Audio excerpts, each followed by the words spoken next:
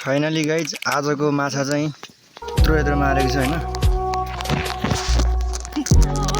चट्टला यो चाहिँ अलि सानो, यो चाहिँ 2 नम्बरे, यो चाहिँ 1 नम्बरे है। यो चाहिँ 1 नम्बरे खाली हो। 3 नम्बर होला त्यहाँ हैन चट कत्रो छ।